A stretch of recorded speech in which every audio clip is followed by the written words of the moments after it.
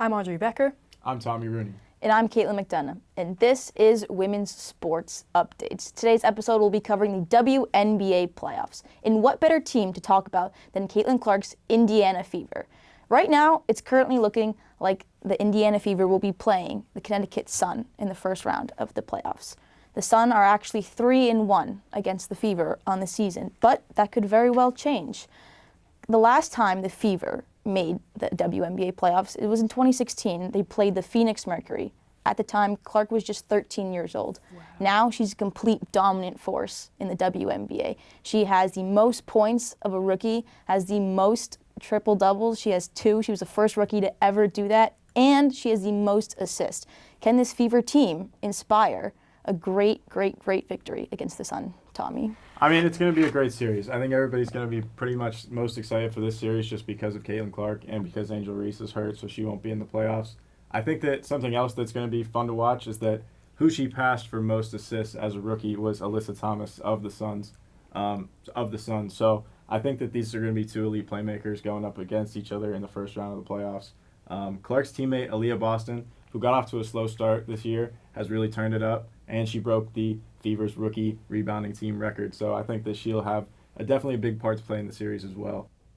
Last year, Lexi Hull, she shot 22% from 3 on about 2 attempts per game. Her rookie year, the year before, she shot about 18%. But this year, once Caitlin Clark got here, she's shooting a league best 47.8%, which is just absolutely insane of a leap. So I think it's no coincidence that her really starting to be a sharpshooter in addition to a pretty solid defender, especially on the perimeter, is because of Caitlin Clark's presence. I think also because of Clark, they need to play 4 quarters of the ball. You know, we see that in games versus the Sun. They really struggle in the third quarter. They only average 18.5 points. They have to improve that number and play 4 quarters of the basketball game. So speaking of up-and-coming, exciting teams, we have the league's best record in the New York Liberty. They secured the number 1 seed. They finished this year with a 31-6 record. There's actually one more game tonight, but I don't expect that their 1 seed status will change. So they were very dominant this year. Brianna Stewart definitely in the MVP conversation with Asia Wilson of the Aces and Nafisa Collier of the Lynx. A lot of talent there. In addition, Serena Ionescu is averaging, I believe, 18 points, 6 or so assists. And they have a pretty good rookie class here who are definitely contributing a lot.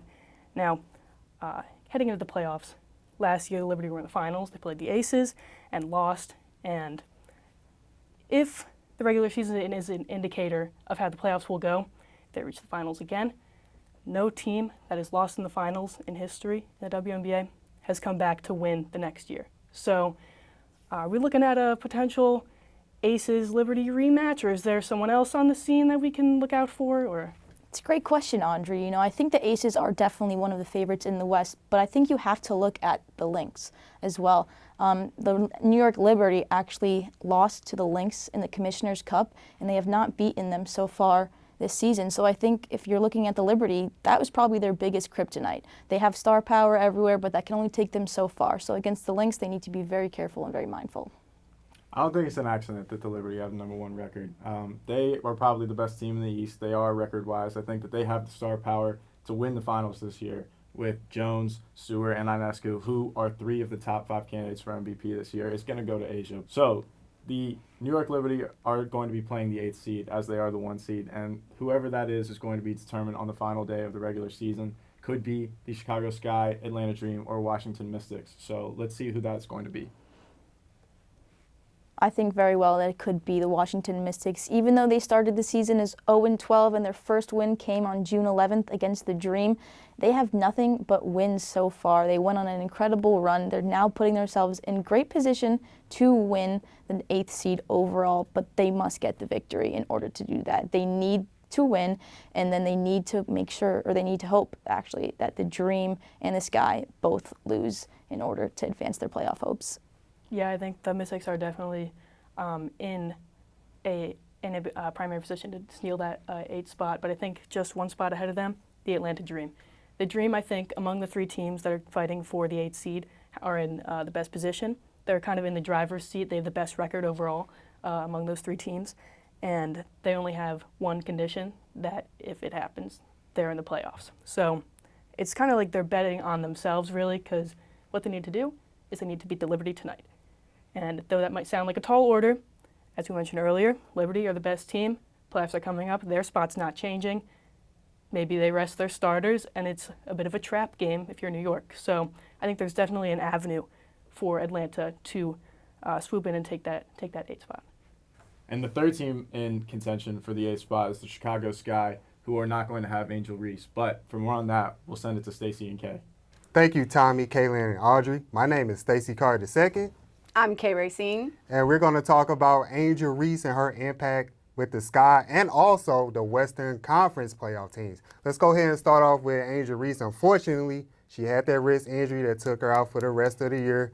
Obviously, she won't play in the final game in which they need to win in order to get into the playoffs. Let's pose this question first, Kay. Do you think without Angel Reese, they can get into the playoffs?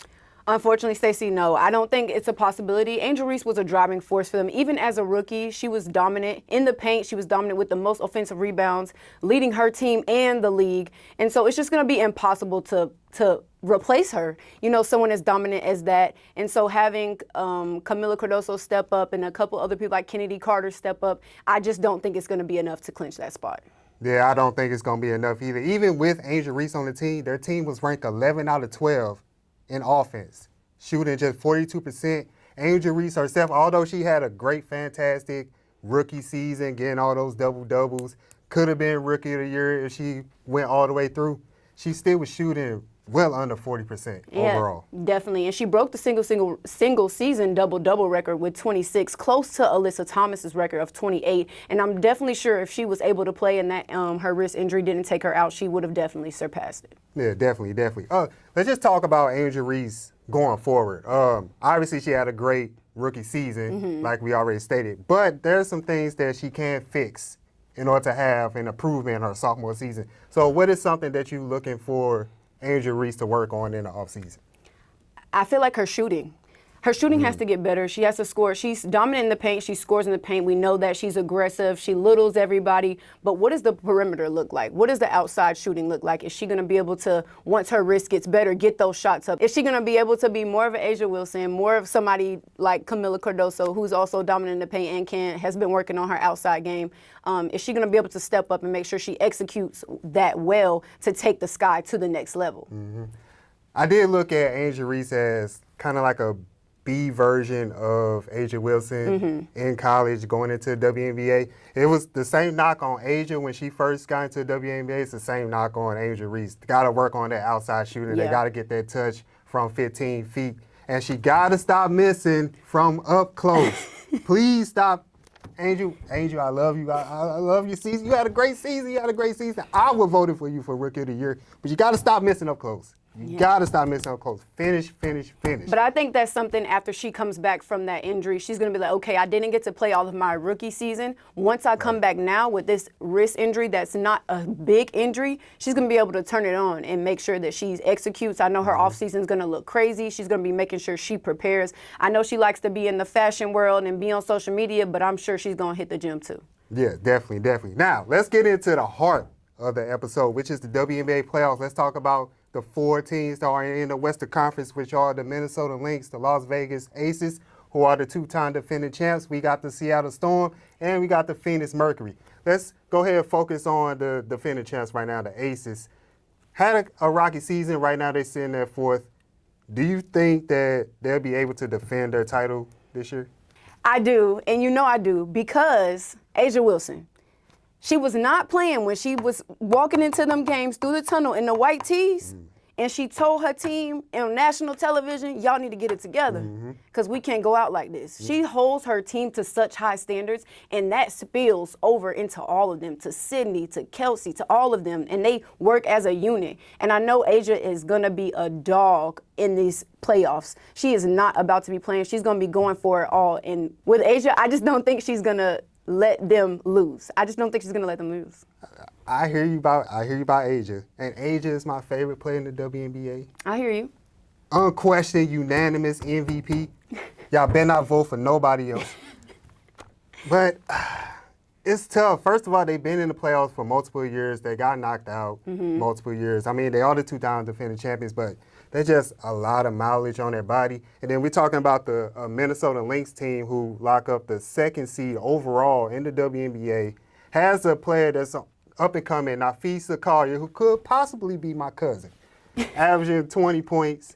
And they got Kayla McBride on their team coming in with 16. Yeah, I'm not surprised that they are as high as they are right now because they honestly started the season off with fire. I think they had a 6 or 7 game winning streak, and they've just been unstoppable ever since. And they've been up and down, but I definitely think they're gonna show face in the playoffs, and it's gonna be interesting to see what that looks like. Yeah.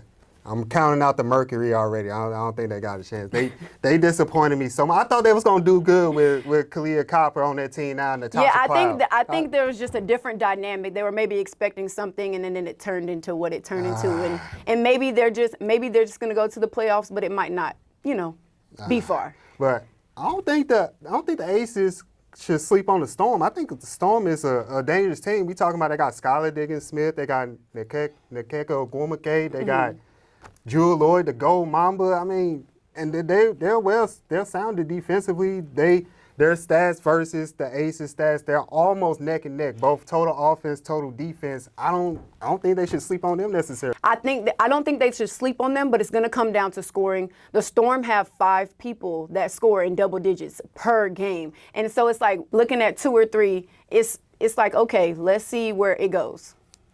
Yeah, we'll see. All right, so let's just give our overall prediction of who gonna win the WNBA Finals. Now I hear you about the Aces. You make a strong argument. You know what I'm gonna say, you gotta be objective. Let's hear what you say. You gotta be objective. I'm picking the Liberty. Look, I'm sorry, Aces. Once again, I apologize, Aces Wizards. You are my favorite player, but I just think it's the Liberty time, especially if Jonquel Jones, who I criticize heavily a lot. I thought she had an overrated MVP candidate year, where she actually won it. I'm looking at her and she step up 2 or 3 more points, couple more rebounds. Vandersloot, she shoot that thing wide open. I think they got it. I just think the Aces been through way too much. I think so. I think even with Asia having a possible injury a little bit and having to sit out a game this year, I do think they're the only team that will put pressure on them when it comes to the playoffs. If they make it to the finals, it's going to be a game to watch, and I honestly think it's going to be interesting to see how it plays out because on both ends, it's like, okay, yeah, the Aces are going for a 3-peat, but the Liberty, they're trying to have their playoff success in finals as well. So we're just going to have to see what happens. Yeah, we're going to have to see what happens. That was Women's Sports Update, Episode 1 about the WNBA Playoffs 2024. From the entire team, we like to thank y'all for watching. Please follow us on Instagram, follow OTN on all the streaming platforms, and we'll see y'all next time.